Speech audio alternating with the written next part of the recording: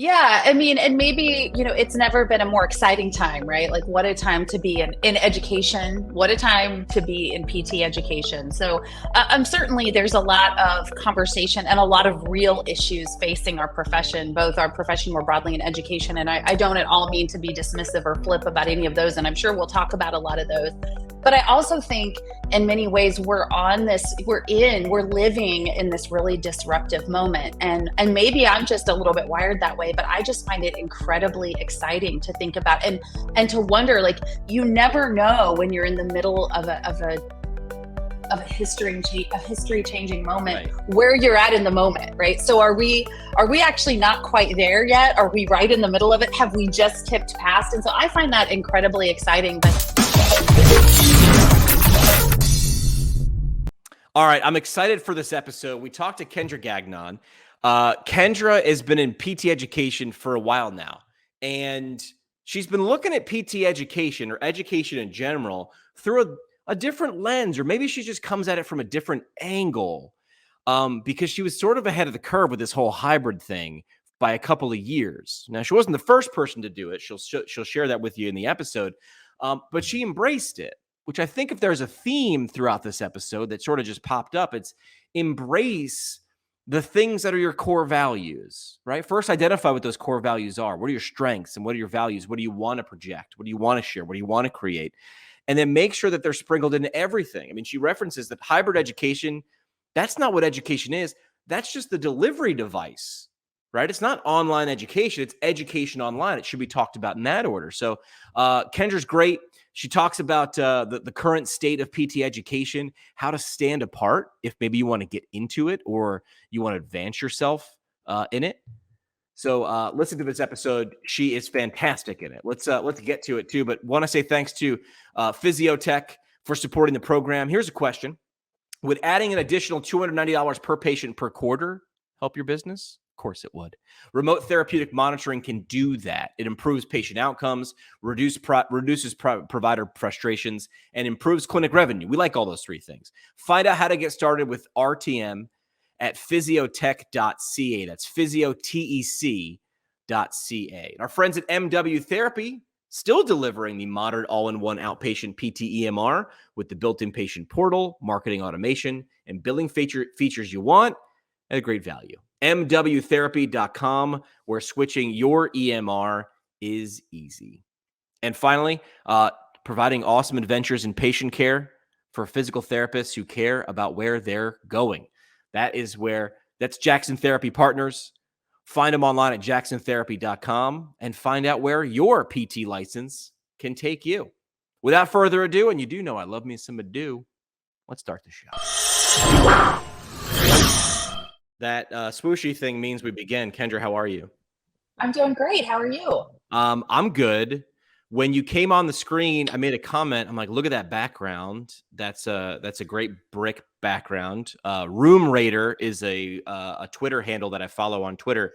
They just rate people's rooms. Like, people send screenshots of, like, because now after 2020, hybrid everything, journalists, people that they're so they would rate rooms. I think Room Rater would give you a really, really good rating. I think, just for the people back there, boom, it looks good. Thank you. Yeah. So this is go ahead. Go ahead. I was going to say, is this the house? Is this an office? Where is this? Yeah. So this is my house. So I'm a small town Midwestern gal. I live about 40 miles outside of Kansas City in a little town in an 1883 Victorian house that was abandoned for 10 years before we bought it, got renovated it and moved in. So this is like, behind me is the front brick wall of our house, but it's full thickness brick. So when we started pulling things down, we thought it'd be cool to keep some I love that. Exposed. And now I didn't even know it was going to be my office, or that, I would be doing literally everything on Zoom when we bought the house, but it kind of worked out. So there we go. So background, I guess. So I found that out about you. You had led on about that. I bought a house a year and change ago, and you'd mentioned how you renovated it. I'd never really lived in a house, mostly apartments most of my life. Yeah. So I've been renovating. what did the renovation process teach you? Did it teach you any big, I mean, everything's a lesson, right? But what were the big, like, fundamental things? Because you took a leap with a house that old, but it had good bones, I'm For guessing. sure. Yeah, so for sure. So not to get too deep into it, because I know this isn't a podcast about home renovations, It but could be though. Who um, knows? maybe it is today. But we actually lived in another older house before we moved here. My husband is really more the old house person, and he kind of pulled me begrudgingly into that world. And that house we bought, and we did the work on it as we kind of lived in it. And so when he started trying to talk me into this one, the one thing I said was, I'm not moving in until it's done, because you kind of learn that it once you're in, it never gets done. Right. And Yeah. so I think that was definitely the thing that we learned. But this house it had been abandoned for 10 years. There were raccoons living right above me. Ooh. So I think that probably maybe on a bigger and not to be cheesy, but a deeper note, I mean, I think it was an exercise in like hope and optimism and being Yeah. able to see what could be in what was. So Where were you approximately like 24 months ago when I bought this house with the advice, hey, maybe you should renovate the house then move in? I just did, hey, yeah, why you don't we didn't do ask both? me. Yeah, you should Yeah, have I asked did. me. I I would have was told sitting here you. in February, right where I'm sitting in my kitchen, and there was a 21-foot long hole, a foot and a half wide, 21 feet long, because we put a beam in there to take a wall down. And I'm sitting here, and I owned a hammer and a screwdriver when I Yeah. moved in. And I'm sitting here in the middle of like January in upstate New York, so cold, thinking Hmm. I'm sleeping in a sleeping bag because I mean, why turn the heat on? It's freezing. And I'm like, what did you get into? But like now looking back, now I'm sitting in a great kitchen. Like, so you have to go Yeah, through that totally. process of like this is a leap and this is scary and this is unknown. For sure. And I think your room rater would be pretty good too. Your background looks pretty Ooh, great there. yeah, But this is the tip my husband would, yeah, it looks great. The tip my husband would give you is this old house. So he watched, when we were in the first house and we were renovating, he watched endless episodes of this old house. Everything he knows, he learned on this old house. right. I mean, Is the and plug. just and it's not just, we're going to talk about PT education because Yeah. that's what you're sort of an expert on, but education in general is we're as far away as the thickness on your cell phone or your Yeah. screen in terms of getting information, and things just move just plain old different. That's right. That's right. Yeah. I think yeah, it's never been a better time or a more exciting time to Yeah. learn anything you Yeah. want to learn, right? All right. Well, Kendra, I don't want to get to the easy questions yet about like, hey, what's going on in DPT education. Okay. Before we get to the hard questions, first question we ask is always the hardest. What are we drinking? Okay. So I've got myself a ranch water. I was never So, familiar with that term. Tell everybody what a ranch so water is. okay. So I learned about this when I was working in Texas. So I became familiar. Hold on. It's a little bit off screen. So I became familiar with and fond of the Topo Chico. So this Right, I is know that. sparkling water, right? We know the Topo Chico. So then I learned about ranch water, a little bit of tequila, a little bit of lime juice, Topo Chico. So yeah, cheers. Well, I don't have Topo Chico, but I did do tequila soda because I saw that's what you'd be drinking. So Yeah, you. excellent. Yeah, All right. cheers. First round is sponsored by our friends Johnny Owens. Just got had a conversation with Johnny the other day. Single source for PTs who are looking to certify in personalized blood flow restriction rehabilitation training. BFR, as the cool kids are calling it these days. Find them online at owensrecoveryscience.com. You mentioned it's never been a better time to be in PT education. I think if you go online, a lot of discussion on the topic, more and more.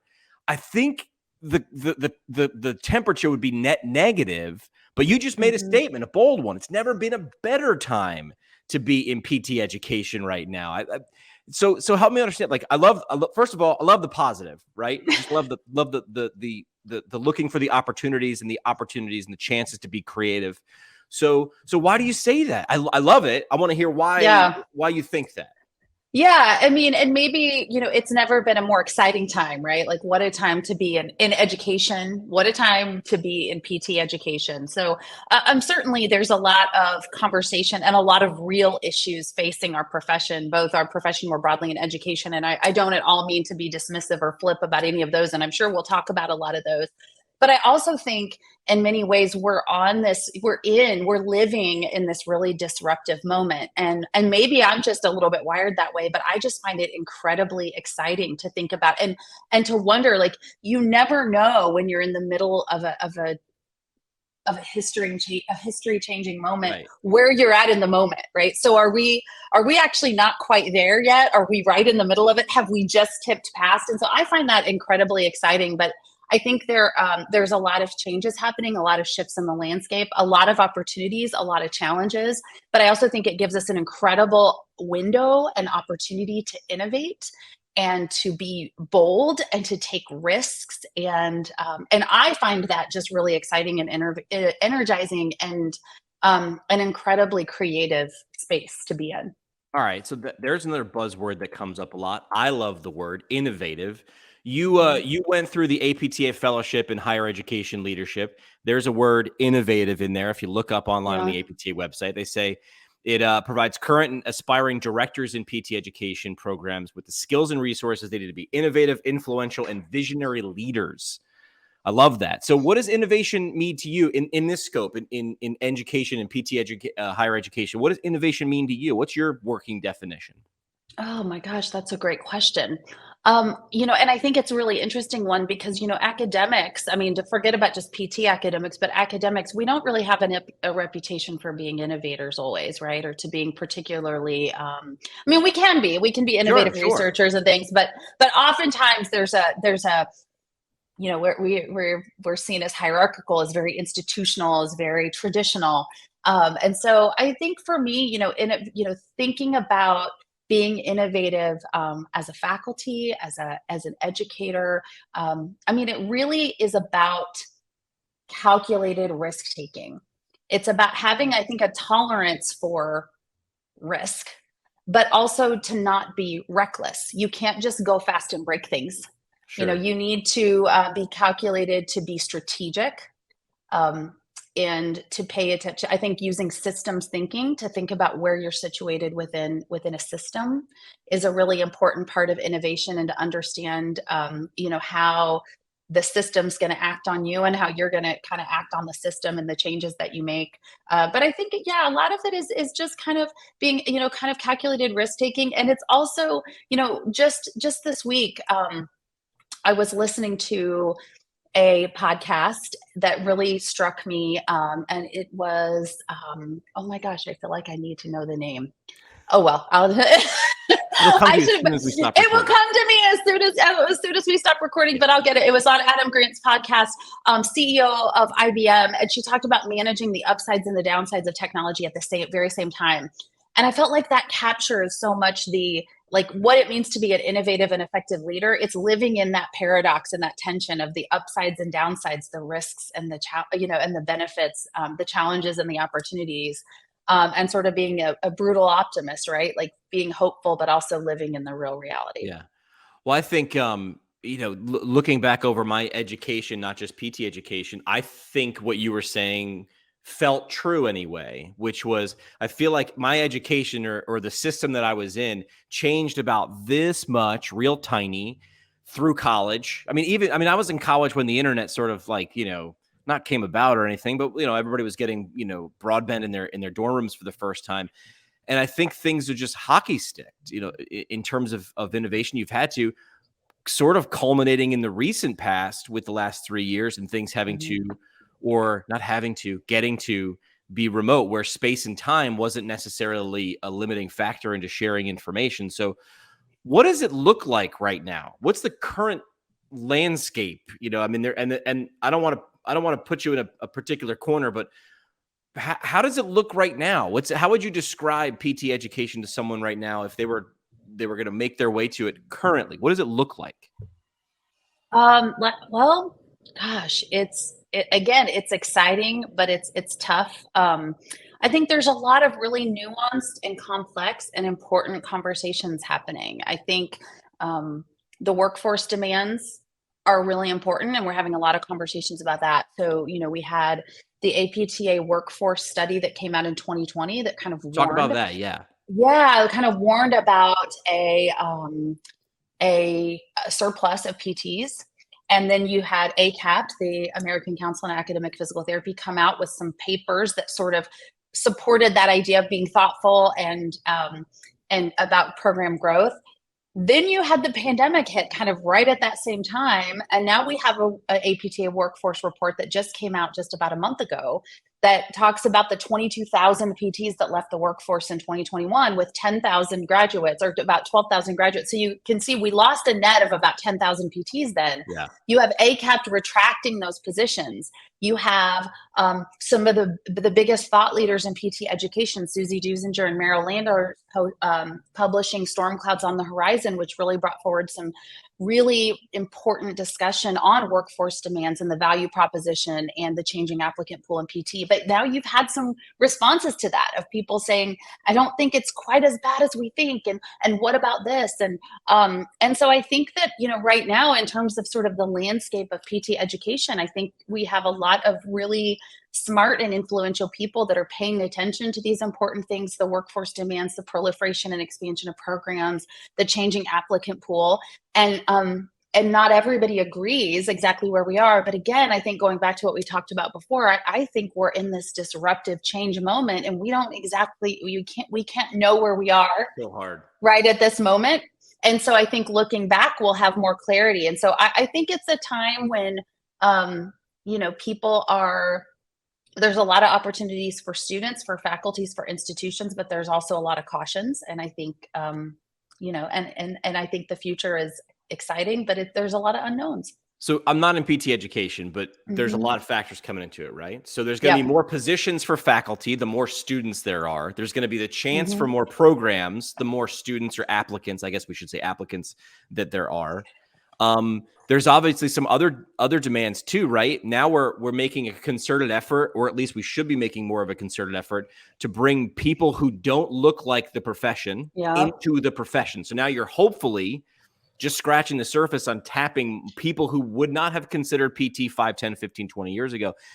So these things are changing. I mean, a couple of years ago, the sky was falling, Chicken Little was. There are too many programs. Yeah. And then I guess nobody really had a pandemic on their 2020 bingo card. There's no way you can obviously predict something like that, but that'll obviously have some rippling effects. So do you think, and you can say, you can just completely just say maybe, I don't know, or it depends, which is the classic PT answer. Will we see even more program growth? Because that was this big scary monster just a couple of years ago, which was there's too many programs, it's going to sink. Yeah. I think it's still the big scary monster. I mean, I think that's still the big scary monster that really people in PT education are talking about, the proliferation of programs. And so the paper that I just referenced that just came out just last year, again, the title is Storm Clouds on the Horizon, and it's Susie Dusinger and Meryl Landers. They actually published that since 2013, we have 52 programs that have increased their class sizes, 6 programs added additional cohorts, 17 expansion programs, and 45 new programs. That's do those numbers again. Do those numbers again. So it's 52 programs that increased their class size. This is since 2013, so over the last decade. Sure. 6 programs that have added additional cohorts. Okay. So maybe gone from 1 to 2 cohorts a year. Okay. Right. 17 expansion programs. So maybe one institution that adds, another campus or something. Right. And 45 new programs. Wow. I mean, I feel like in the last year, I've seen names of PT programs that I'm like, where's that one? And then I go to their website and it's like founded in 2022. I'm like, that's why I didn't know that one. Yeah. So there's a lot growing. And, so when you add all those up, I mean, that's in the last decade.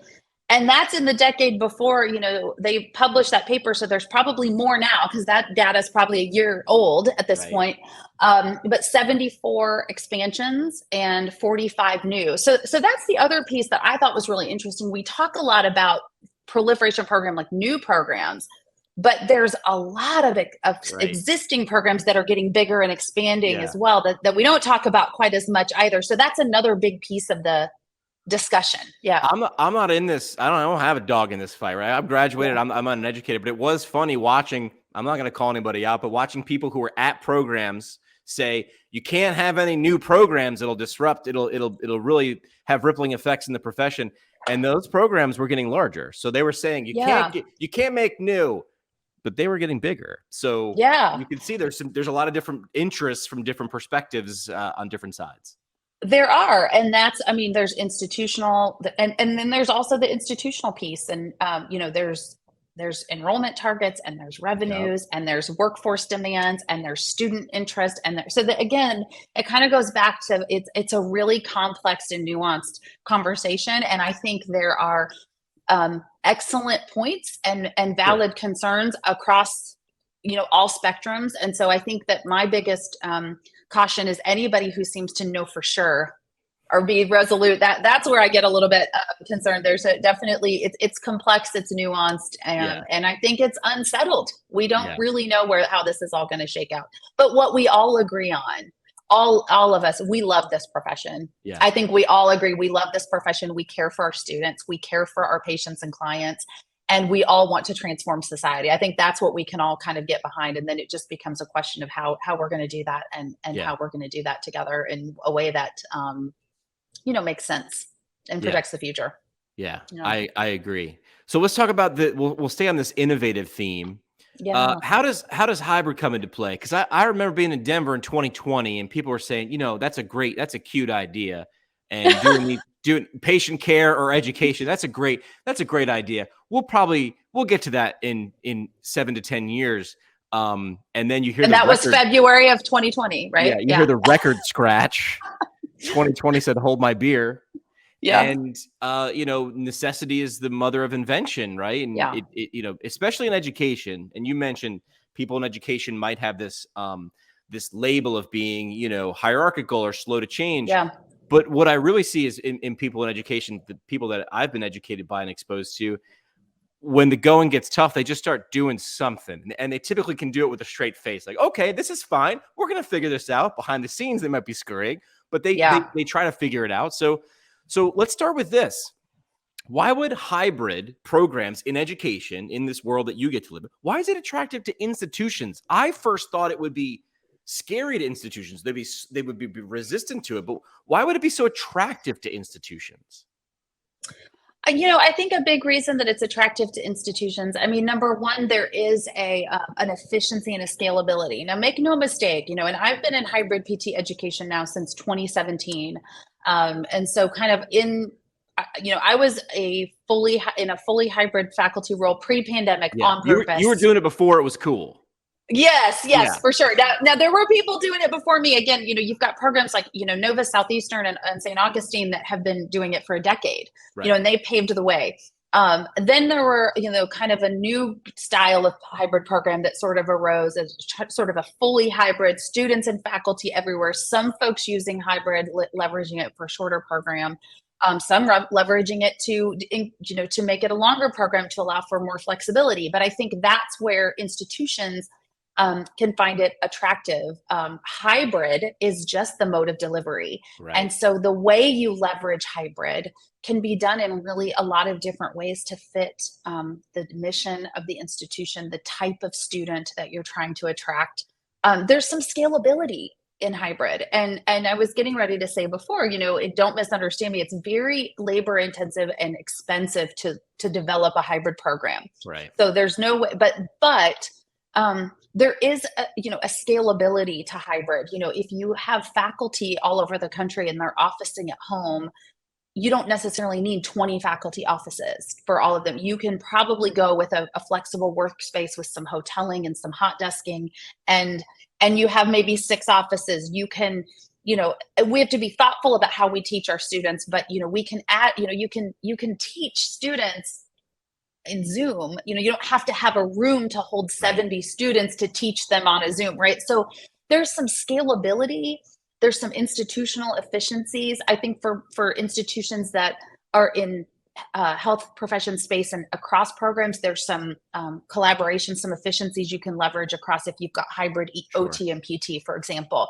So I think there's, and not to mention the talent pool. So I know you haven't asked me about the faculty shortage issue yet. Yeah. But programs have a really hard time filling faculty positions when you're constrained to geography. Yeah. But when you can, recruit faculty regardless of where they live, suddenly you've got a talent pool that's off the charts. And so there's a lot of parts of that I think can be really attractive to institutions that are really trying to grow excellent programs. Yeah. Yeah, I mean, I was holding up the cell phone. It was Yeah. like 2008, 2009. I was a radio program director and DJ in Scranton, Pennsylvania, and I'm driving home. I had my then iPhone plugged into my aux cord. There was no real Bluetooth back then, and I was listening to K-Rock LA, and I'm like 27, 28 years old, and all of a sudden I was like, "Oh, I'm listening to K-Rock LA on my car." And it was a really bad connection, and it kept buffering. We don't use that term anymore. It was buffering, right? And I remember thinking, man, this is not a great audio quality. And then I thought, man, in 3 years, this is going to be better. And in 5 years, it's going to be great. And then how are we going to react? And no one I worked for a radio station company that had like 500 to 600 radio stations across the country. No one seemed to be even a little bit nervous. In fact, I kind of got patted on the head and said, hey, little, don't worry about this. Because I said, I can't be the third best radio station in Scranton and expect to compete anymore. Because now I'm competing with everyone, everywhere, all at once, to name a great film. Yeah. And you need to think like that. But the flip side is what you just mentioned, the possibility, right? Is you don't have to have those people in your geographic area. You have people who are a good fit, motivated, want to work there. And then you can sort of figure out what you said before, that mode of delivery. We'll figure it out. And if you can make it work, man, that talent pool gets real deep then. Yeah. And I think today's student too, thinking about the pool of students as well. Yeah. So I think, the talent pool for faculty, and then also, being able to recruit students, a bigger pool of students and a more diverse student as well, which, we could get into any or all of those in more detail. Well, let's talk about the faculty market. Like what's it look like right now? We're talking about opportunity and depth, but how does it actually sit? Where does it actually look? Yeah. So I think that if high level, the 30,000 foot view, there is a faculty shortage. Now, some of that, there is some of that is, aligns with some of our accreditation standards, where at least 50% of our faculty have to have what we call a terminal doctoral degree. So PhD, so the DPT isn't enough in terms of a doctoral degree. And so we've known, there are not a lot of PT PhDs or even PT DSCs, EdDs. And so that when programs need to think about that does limit, the pool, or put some constraints on the faculty they can recruit. But there is a shortage of qualified faculty, and the reality is out in the trenches, in talking with people, there are many positions, there are many failed searches, positions that go with no applicants, with very few applicants. It's really, really tough. And if you go anytime, the APTA Education's job board, for example, you will see dozens, if not maybe more, faculty positions posted at any given time. So I think the high level view, there's definitely a shortage. Of course, I live in the hybrid space and have for quite some time. And I can tell you in that space, we actually receive, I've never been part of a search that didn't have lots of qualified applicants. And, my current position, or my role in directing the hybrid DPT program that we're developing at Johns Hopkins, we have over 100 applicants right now for a posting that we have up. So I do think that there's a broad discussion about a faculty shortage, but when you get into the weeds, I think that based on geography, program type, there's definitely it's disparate. I don't think I think there are some programs that are having a much easier time finding faculty, and there are others that are really, really struggling. Yeah. Well, life's a lot like a pendulum or a seesaw, because I'm childlike and like to play on seesaws. But it feels like then if there's a faculty shortage, it feels like maybe part of the power dynamic, because I took 1 year of an MBA. So I have 1/3 of an MBA, which doesn't get you anything at all, except for a little bit further in debt.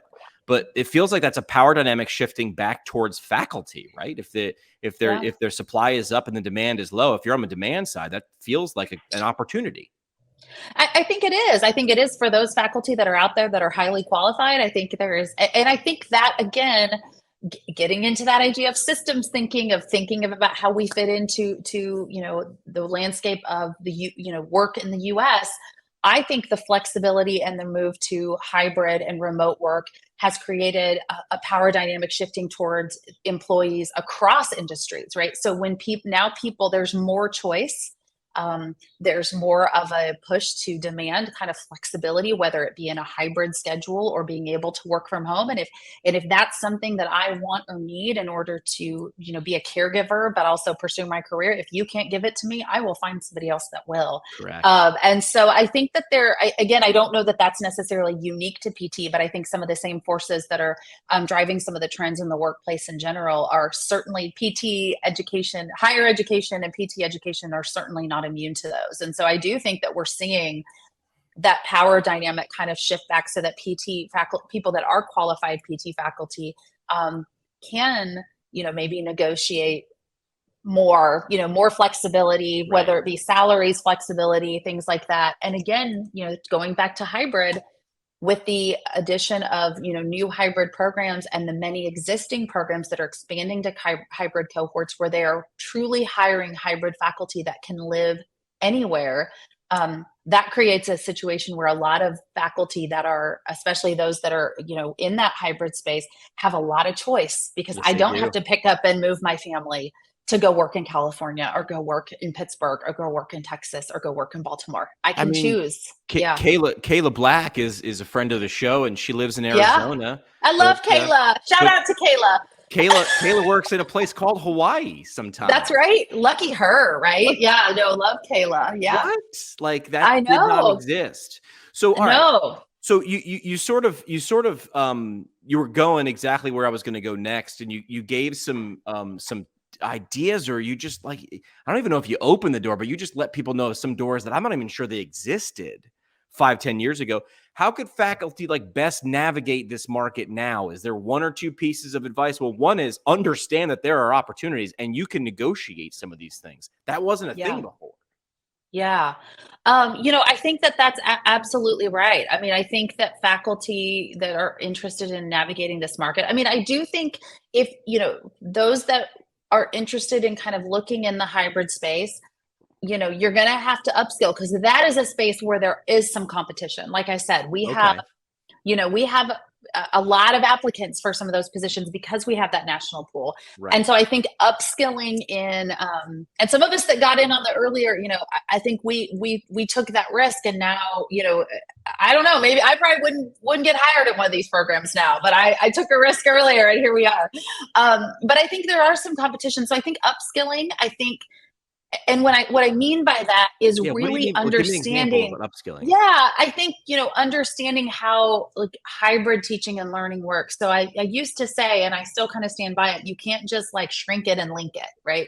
You're not just taking that hour lecture you were going to give and making it maybe a little bit shorter, or breaking it up and just posting it online. I mean, there is, hybrid teaching and learning, there's and student support, and being part of a hybrid team, what it means to work in a team like that, and communication strategies. There are different skill sets.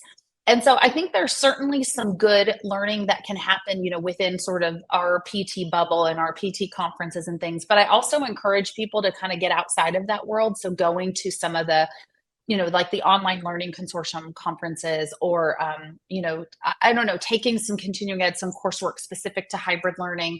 So I think kind of upskilling in that way, so that you can really come to these kinds of positions and really have some strong skills in hybrid delivery. I always think, the terminal degree thing, whether you like it or not, when you're a program director and you've got to make decisions, all things being equal, if you've got someone with a terminal degree and someone with not, you're gonna, that's going to weigh in your decision, right? Yeah.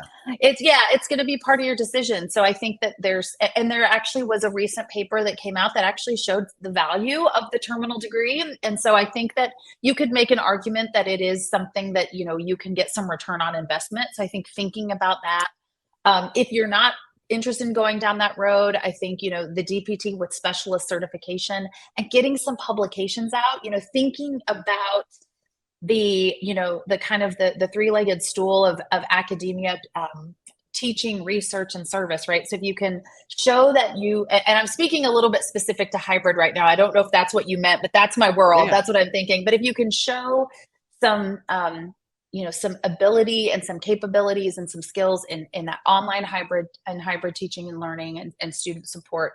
If you can, show you have a little bit of scholarship, and in terms of service, you have that strong clinical expertise, or you're doing kind of, whether it's state, local, or national work in your association, those are the things that I think, I know that I start to look for in candidates to really know that we're going to have a strong, and I love like bringing on new, fresh folks, but also just knowing that we're going to have a strong foundation to build on in those areas, Sure. even if it's not, a lengthy career.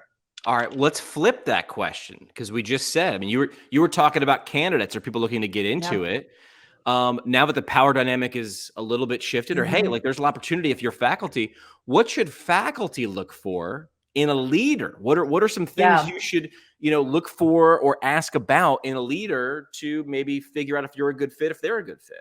Yeah. So I think that's so important. And I don't know, I know when I was younger and looking, and I lucked out because I've had some great leaders, but I didn't appreciate, I think, the importance of having a leader, the being, being the right leader for someone, right? Like really being the right leader for somebody and looking for somebody who would be the right leader for me.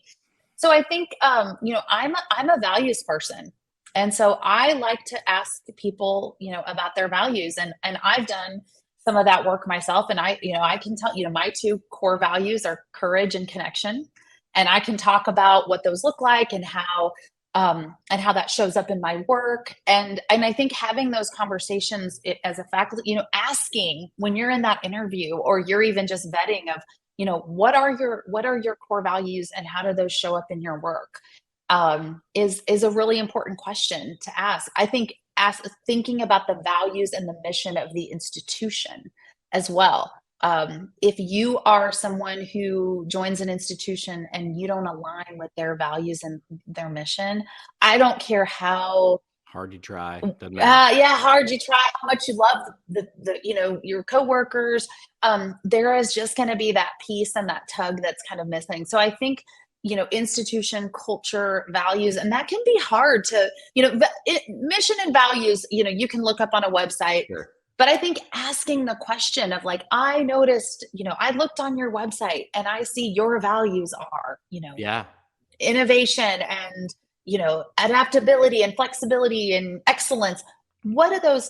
Give me an example of how those look. And if people can't speak to their values, if they can't provide an example, then you probably know that those are just like gauzy words on a poster. Right. Yeah, but they aren't really being lived out. And that to me is a little bit of a flag. So I think really, who the right leader is, it depends on you, but you need to understand that person's values and how they play out. And then you got to think about whether that resonates with you and your values and how you show up to work with those. Yeah. George Clooney was quoted as saying that he had a mindset shift early, maybe not early enough in his career, going on acting interviews and trying to get parts. And he said that when he had this mindset shift where, when I'm at a reading, they have an opening. I am a solution instead of I need to win this part because I need to pay rent next month. Yeah. And it sounds goofy, and some people aren't into mindset, and that's okay. This isn't going to be a value add for you. But I think when you look at it like that, to put it in this context, and this is where I go to my communications background, an interview is a two-way conversation and exchange of information. Chris Voss is a former FBI hostage negotiator. Did you read? I was just getting ready to talk about Chris Voss. I wonder if you're going to say the same thing. Go ahead. So his line is, every conversation is a negotiation for information. I don't read books twice, Kendra. I read his book like 4 times because there's just nuggets all over. Yes. So the reason I'm getting this roundabout way with Clooney and Chris Voss is getting the interview does not mean you're trying to win the job. Absolutely. Really find out if you're a good fit. By all means, prepare to give answers that highlight your skills, your upskilling, what you bring to the program, and your 3-legged stool. Do that. Yep. But make sure you don't just end that interview saying, well, I perused the website, and then throwing them a softball question to check a box that I asked a question or two and looked enthusiastic. this is going to be a lot of your time and effort. This is where you spend an inordinate amount of your life in terms of effort with a job.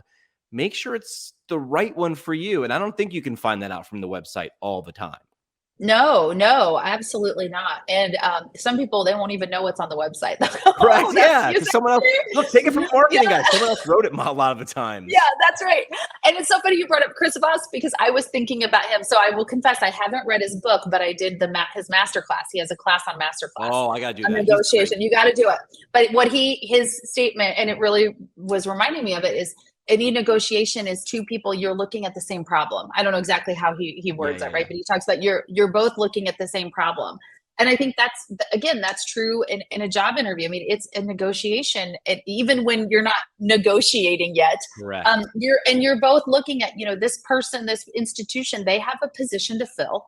Correct. They have a need to fill, and you're have either you need a job, or maybe you don't need a job. Maybe you're looking for your next big area for growth. You're looking for your next big thing, but you're both looking at the same, you're both looking at the same problem. But it is absolutely a two-way street. And I love, your framing of that. But I think that's true, asking, really thinking deeply of, not only how can I show them that I'm the right person for them, but how can I make sure that they are the right person for me? And again, for me, it's values, it's mission, vision, values. It's the bottom. That's the periodic that's the periodic table of an organization. And an organization is made of people. So find out what makes up those people. That's right. And asking how, operationalize it. Tell me what it looks like. Show me. And if they can't, I think that when people really can say that, then that's a sign that you really that's a transformational leadership. That's somebody, that's a place where people are really living out the values and really trying to achieve that mission or vision, versus a kind of a more transactional, well, we teach our classes. Well, we publish 2 things a year, and we teach our classes, and we sit on our committees, and we do our, that's those are objective. I want to get to the subjective. Talk to me about the things that you feel and you believe. Plus, Chris Voss, he's just got this. He calls it late night radio DJ voice. When you read the book, he says every once in a while, because again, Chris Voss, for the people who haven't read the book or heard about it, former FBI hostage negotiator. His book is called Never Split the Difference. Negotiate as if your life depended on it. And he starts off by saying, listen, I couldn't really have a bad day at work. What am I going to say? You have 10 hostages in a bank. All right, you keep 5, let 5 go, and we'll call it even. We'll all go home. No. Yeah. He had to have these strategies. And this isn't just, I read it because I was looking at a negotiate for a job, and I wanted a pay raise, right? That's why I did them in the master class. Hell yeah. This guy knows his stuff. He's negotiating high stakes. I'm just looking for maybe a little bump. But the best part is, when someone's onto something, when everything he talks about is basics. He's talking about communication and seeing a problem from both sides and understand. And then he gets into nuance in terms of mirroring or, using tone and inflection. And you're like, I mean, again, I don't read books more than once, but I got Post-it notes and highlights and underlines all in his. It's just, it feels like a guide to communication for me, from a guy who's, I'm not a communication guy. I'm just a former FBI guy. But he knew a lot because he had to deal with people. And again, the masterclass, and you gave your shout out to our friend Kayla Black, our friend Trisha Catalino, who's also at Hawaii. Yes. She's the one that told me about the Chris Voss masterclass, so I have to give her a shout out as well in this, because she's my Last time I was on stage with Trisha, I was dressed as Elvis. It was in Las Vegas. I'll share those pictures as well. Okay. So we talked a lot about the profession. We talked a lot about education. We went from macro, and now we're getting a little micro. What are you up to? I was following you on LinkedIn. I remember, I don't know how long ago it was, but you were talking about Johns Hopkins, and I was like, that's cool. So, what's the update? What are you doing, and what does that look like for people? Yeah. So, last August, so I've been there about 9 months. I went over to Johns Hopkins. I started a position there. I'm the director of their hybrid DPT program. We're a developing program.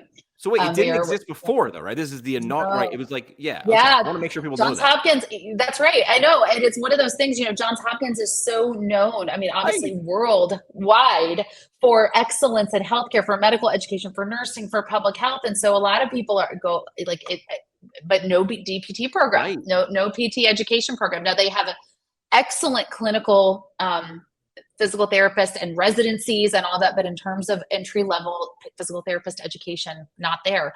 So so they brought me in last August. I've joined the School of Medicine there, and we are starting a DPT program, and it will be hybrid. Good. And so we are It'd be a little weird if you were all pro hybrid and you went to a program that was not. It's really true. It's really true. It will be hybrid. We're very, very excited. We're at the very beginning stages. Our application for candidacy. So we're pre-accreditation. We expect to submit our application for candidacy hopefully in June of 2024. So about a year from now, and then launch. The plan is to launch the following year if our timelines go as we hope.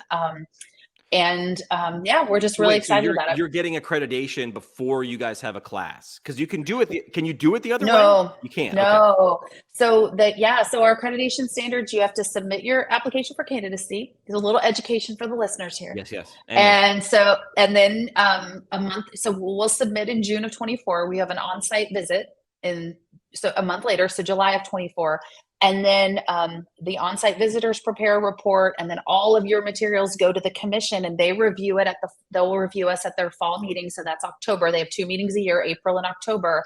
And then about a month after that, we'll get our decision. And then the candidacy decision allows you to start. Got it. So you cannot start until you have candidacy. Got it. And then they come back right before you graduate your first class for your full accreditation visit. So it is a incredibly thorough and lengthy process. So we're in it now. Well, we're talking about the state of faculty and what they can do. So like, where are you with putting your team together? That has to be. I mean, you can hear it in your voice how much you like this. How much fun was it? Are you done putting your team together? Okay. No, we're just starting.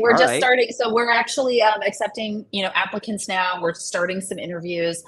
We hope to have a team of about 5 of us ready to go by the end of the year to write the AFC, pull off the on-site visit. We hope to have 10 in place for our start in 2025, 10 core faculty. Now we'll have lots of other adjuncts and things for our start in 2025, and then we'll layer in at least 5 more. So we'll be at 15 faculty full at least. And really excited about that, but we're just beginning. So right now in the program, in terms of program faculty, I am it. We are in the stage where it's only the program director. So been talking with a lot of faculty candidates, reviewing a ton of application materials. So all of these things that we've been talking about are very, very front of mind. But it's also, I think you asked me, like, what are you having fun? And I love it. I mean, it is, I think I learned from my previous position that leading a team was one of my favorite parts, like the people part, like leading people, developing a culture, a team.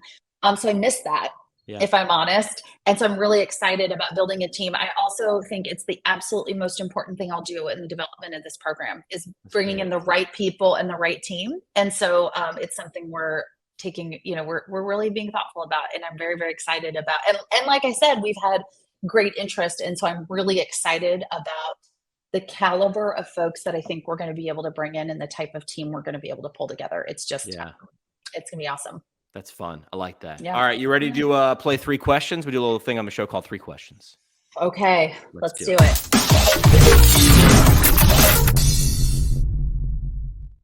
All right, 3 questions brought to you by ATI, one of the leaders in clinical research within the profession of PT, with more than 900 ATI clinics placed in the 100th percentile in CMS's merit-based incentive program for the 2nd consecutive year. Go to atipt.com if you want to join their team and jumpstart your new career. That is atipt.com. Kendra, who's someone I love who questions. You're talking about being excited about people. Who is someone the audience should know more about? So I would say in PT, doesn't have to. You can do 2. You could be open-ended. Anything. Okay. Gosh, I'm going to go big first. I'm going to go like high level, like outside of PT, because I think that's what I want people to go. So we've already talked about Chris Voss, so I'll take him off the list. But I'm a big fan of Adam Grant. He's an organizational psychologist from Wharton Business School, wrote Think Again, has written so many great books. And I think some of the podcasts and the things he's writing and putting out about work and education is just super smart and nuanced. And man, he can just quote a research article that's based in science. So I think Adam Grant is just, I think, a really terrific follow and someone everyone should know about if they don't already. When I first started listening to him, and by listening, I mean like reading his stuff on Twitter, because I think he communicates well. I think I love his He is. message, but he's just such a succinct and clear communicator. And you reference his book, Think Again, which was the follow-up to his previous book that I read, but I can't remember the name of the title of. But the fact that he wrote a book and then he wrote a follow-up book in which he actually contradicted himself, where he said, well, I've learned more and now I don't think that way. But that's the idea, which is not just dig your heels in and only think this way. I was like, you got to kind of respect a guy who does that. Yeah. No, I agree. And his podcast is one I listen to religiously. Show. Beginning of the show, it was his podcast I was referencing. I did remember Ginny Rometty is the CEO of IBM, who said, who talked about managing the upsides and downsides. So I wanted to get that right, but that was on Adam Grant's podcast. So just an excellent, I think, for thinking about leadership and work and education and Yeah. Second question on 3 questions.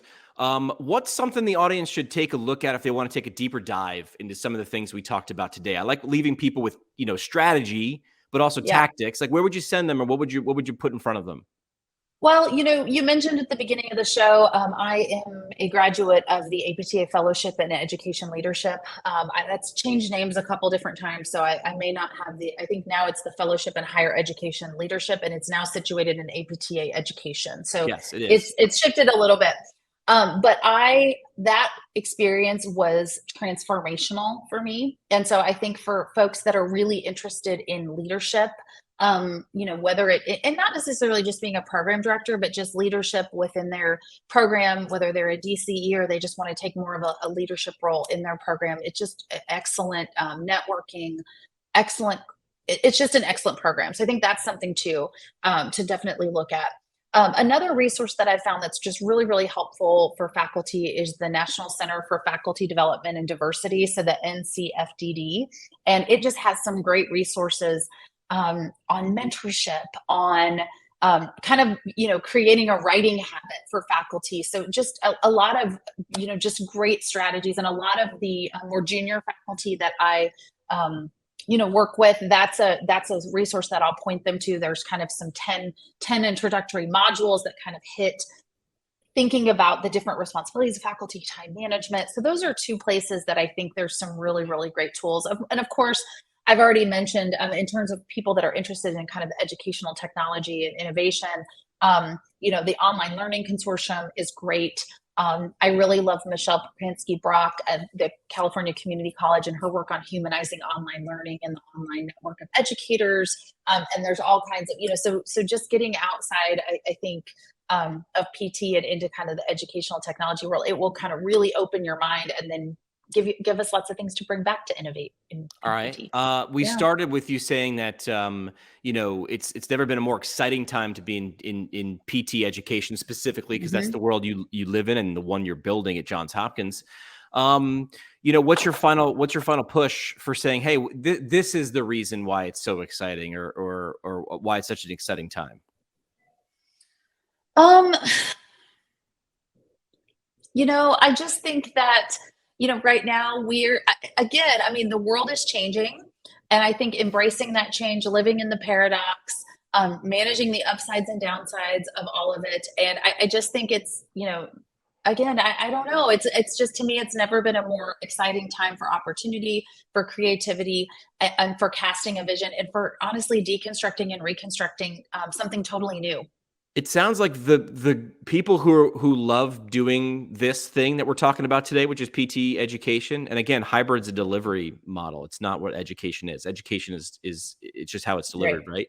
I think the excited people, the people who are willing to be innovative and creative, they're going to be rewarded with opportunities and doing the things that they want to do, how they want to do them.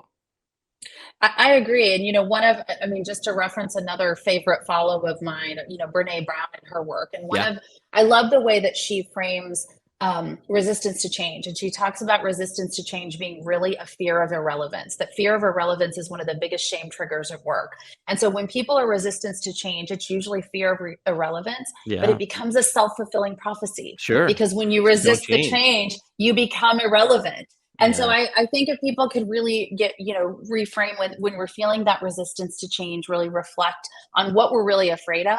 So it doesn't become a self-fulfilling prophecy, not being afraid of change, but being thoughtful about what should endure and protecting that, because that's important as well. I think that's and likely it's going to be the elements you're talking about. The thing that should endure is not how you do, it's why you do, right? If you want to go to Simon Sinek, right? Like start with that why or don't lose that why.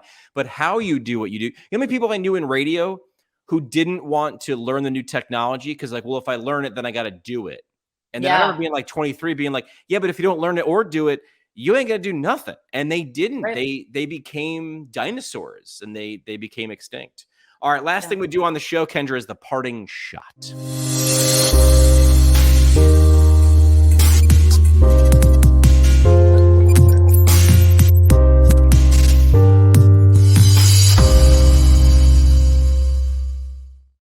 Shot brought to you by our friends at the Academy of Orthopedic Physical Therapy with their 5th edition of Current Concepts of Orthopedic PT. I just call it a roadmap. If no matter where you are in your orthopedic PT career, if you're thinking about leveling up, if you're thinking about taking that OCS exam, it will. It's not going to help you pass, right? Because you got to do that work, but it'll get you to the starting line feeling really, really confident and competent. So find out more at orthopt.org for Current Concepts. So Kendra, here's your chance, your mic drop moment, your soapbox statement, whatever you want to call it. What do you want to leave with everybody today as we wrap up? I think I'm going to be kind of boring and just go back to, it's never been a more exciting time to be in PT education. So embrace the change. You get excited about this moment that we're in. That's, knowing that we're in the middle of a disruption, but not quite knowing where we are. And I think being part of the change. Love that. Well said. Thanks for the time. Good luck at Johns Hopkins. I want to hear more as you do this, but it sounds like, man, you are setting yourself up for exactly what you want to be doing in terms of bringing a team together, launching a program, doing it from the ground up. A lot of people get scared at square one or a blank dry erase board. My guess is that's not you. No, not me at all. And I'm confident it's an excellent institution. We're pulling together an awesome team, and we're expect nothing less than building. We're hoping to build something totally new and one of the best programs in the world. Love it. Kendra, thanks so much for the time. They say the best conversations happen at happy hour. Thanks for coming to ours. Oh, thank you for having me. It's been a pleasure.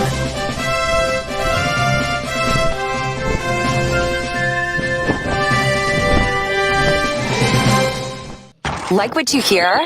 Tell a friend or leave a review on iTunes or Google Play. The show today is brought to you by the Brooks Institute of Higher Learning, an innovator in providing advanced post-professional education. The Brooks IHL offers 7 on-site PT residencies, including orthopedics, women's health, geriatrics, pediatrics, sports, and neurology, as well as a neurologic OT fellowship, a competitive OMPT fellowship, and a speech therapy clinical fellowship. Therapists that complete a residency or fellowship through the Brooks IHL will markedly advance their knowledge and skills in a specialty area of practice. Learn more about how a residency or fellowship can help you advance your professional development at brooksihl.org. Our home on the internet. PTPintcast.com. Created by Build PT. Build PT provides marketing services specifically for private practice PTs. From website development and hosting, providing content marketing solutions for PT clinics across the country. See what Build PT can do for you today at buildpt.com. The PT Pintcast is a product of PT Pintcast LLC. It is hosted and produced by PT Pintcast CEO Jim McKay and CBO Sky Donovan from Marymount University. We talk PT, drink beer, and record it. This has been another pour from the PT Pintcast. The PT Pintcast is intended for educational purposes only. No clinical decision-making should be based solely on one source. While care is taken to ensure accuracy, factual errors can be present. More on the show at ptpintcast.com.